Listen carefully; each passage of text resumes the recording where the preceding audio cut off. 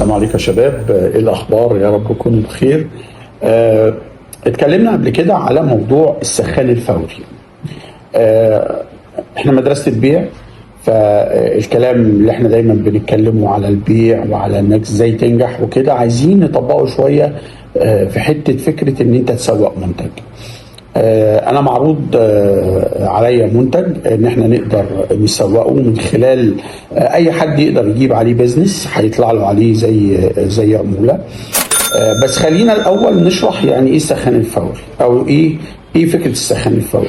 السخان الفوري هو سخان بيسخن المية، بس احنا دايما كنا زمان متعودين على يا اما سخان غاز اللي هو بيشتغل بالغاز، يا اما سخان كهرباء اللي هو عباره عن ايه؟ عباره عن تانك ميه بتحط فيه، تدخل فيه الميه عن طريق هيتر بيسخن الميه وتبدا انت تسحب منه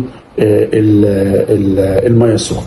دلوقتي هم عملوا حاجه كويسه قوي، عملوا حاجه اسمها سخان فوري كهرباء.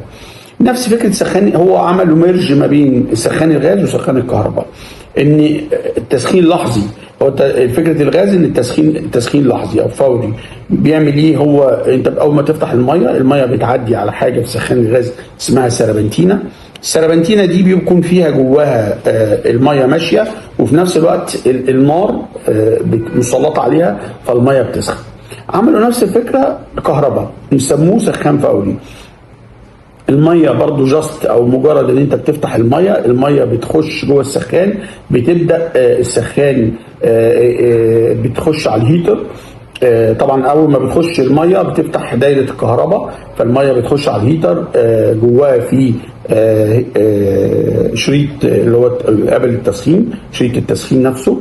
هبقى اشرح الكلام ده، انا بس بشرح ببساطه دلوقتي، هشرحه بعد كده تكنيشن قوي.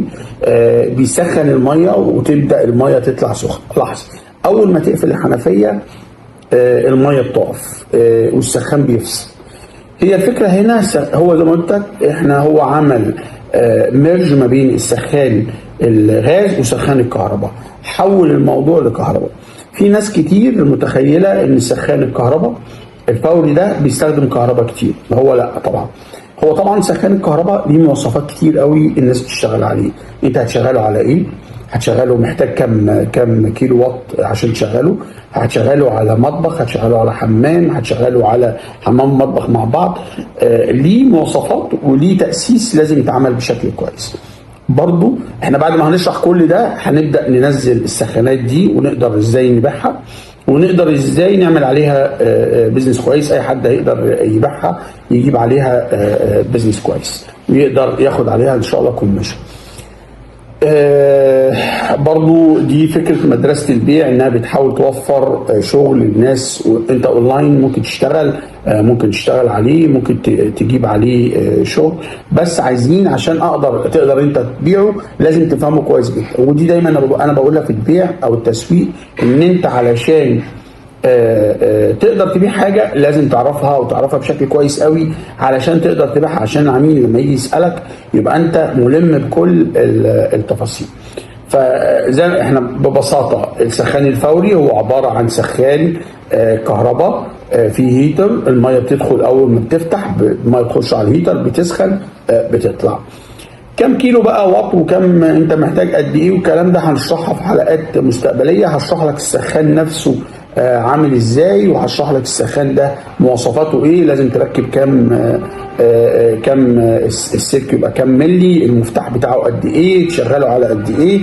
ببساطه في كتالوج زي كده ممكن برضو هنشتغل عليه.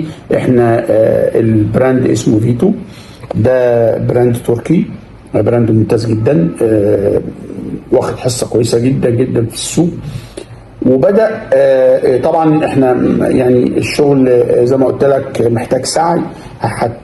هساعدك بمعلومات، هساعدك ازاي تقدر تبيعه، وهقول لك في حلقات جايه ان شاء الله ازاي نقدر نشتغل عليه.